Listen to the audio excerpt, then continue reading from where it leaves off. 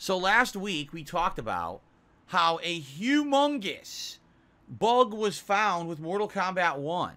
That the game had such a horrendously bad programming bug that characters on the player 1 side could do strategies and combos, and on the player 2 side, they don't work. That is an innate gameplay flaw for any competitive game. One player has a monstrous advantage over the other. How the hell they didn't catch this in testing, I have no clue. Besides the fact that maybe the game testers just don't fucking understand fighting games. I don't know how you could not test the same combo on 2 sides and tell that it doesn't work on one side. That's ludicrously stupid. Like, that's one of the first things you would do. Here, what's the bread and butter combo with Sub-Zero? Here it is. Okay, let's test it on both sides. That's the first thing you fucking do. How did they, you know what I mean? So anyway, there's 2 updates to this. First of all, they patched the game on my day off and fixed the issue.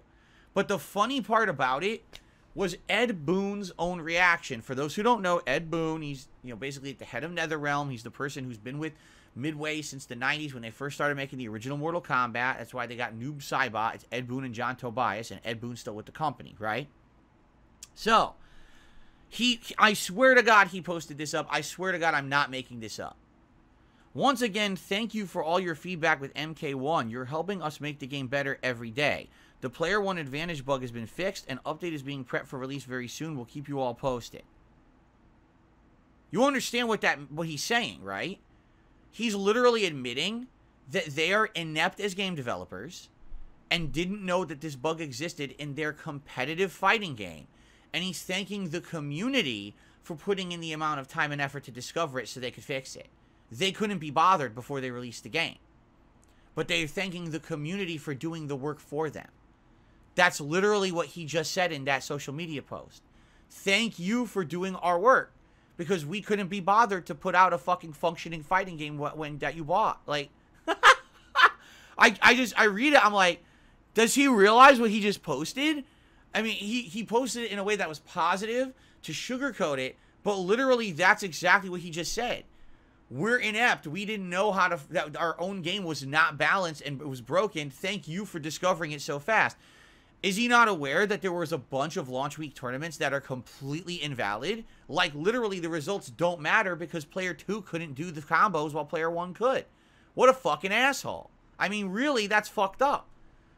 Can he justify that he released a game that the community had to discover was broken so they could fix it? And, you know, I hate to say it. Really, I hate to say it, okay? This is sadly a situation where I feel like now the consumers have been desensitized because we have so many games now that are released broken, and it's on us to be the playtesters, despite the fact that they were supposed to already do their playtesting and development before that game was sold and purchased. We end up being the playtesters, and that's unacceptable.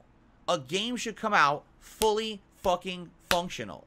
Yes, if you found a nuanced bug, like, oh, in this incredibly rare situation, there's a corner in the game that has a hole in it, and you could accidentally hit it, and now you get sucked into the hole, your game crashes. And it only happens once to every 1,000 players or something. Okay, I get it. This is a fundamental piece of coding in the game that was broken.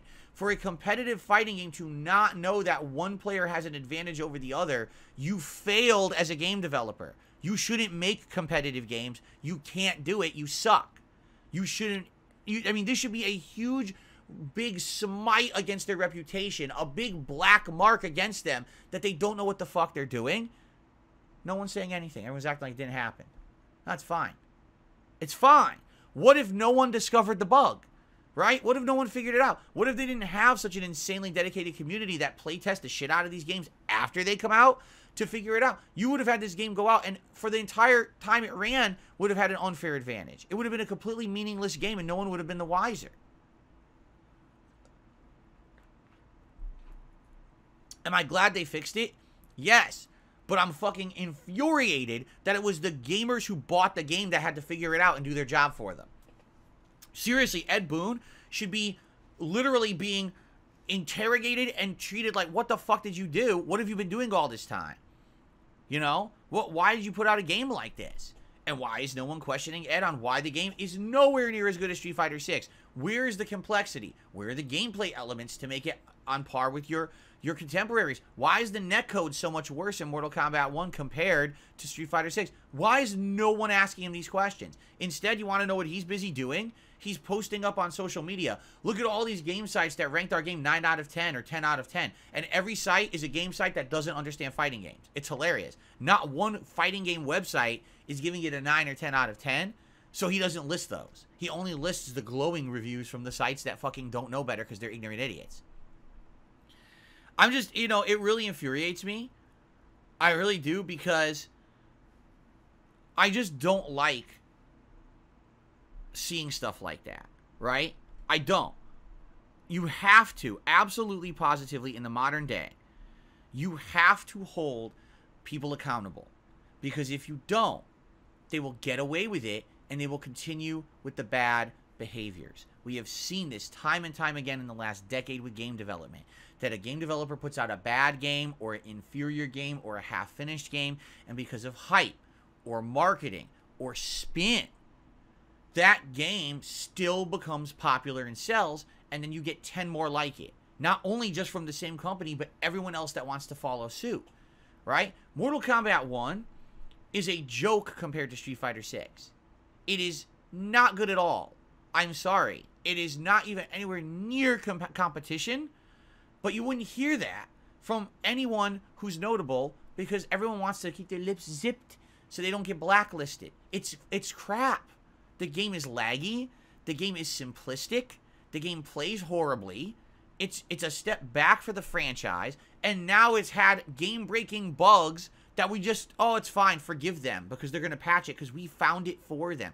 Are you out of your fucking mind? This should be front page news on every single gaming website. Why is Mortal Kombat 1 such a huge failure compared to its contemporary? Why are we not holding them accountable? I don't get it. But again, I'm different than everybody else. I am. I think of things differently, while the entire FGC is all about the hype and gotta say everything's good, so that way you can get fucking clickbait views on your shit and everything. I gotta be honest. Alright?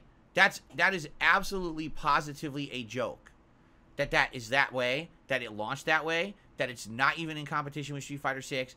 I can't imagine. You know, being Ed Boon.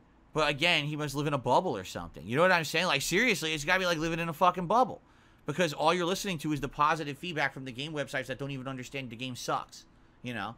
I just don't get it, you know? Anyway,